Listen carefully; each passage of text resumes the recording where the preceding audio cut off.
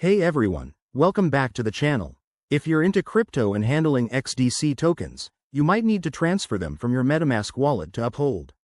In this quick guide for 2025, I'll walk you through the steps in a simple, step-by-step way so you can do it confidently and securely. Let's dive right in. First off, make sure you have MetaMask installed on your browser. If you don't, head over to the official MetaMask website, download it, and create or import your wallet. It's super easy and essential for managing your crypto.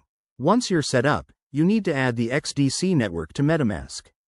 Click on the network dropdown in the top left, select Add Network, and enter these details.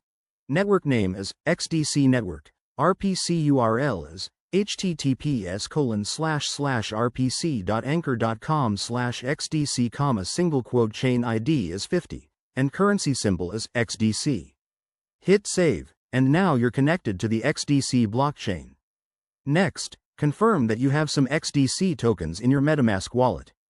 If not, you'll have to buy or transfer some in first. Check exchanges like Binance or directly on the XDC network.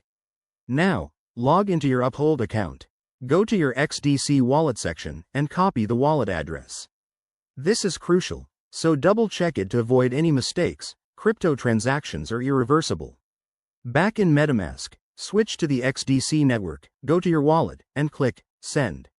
Paste the Uphold address into the recipient field, enter the amount of XDC you want to send, and review the gas fees.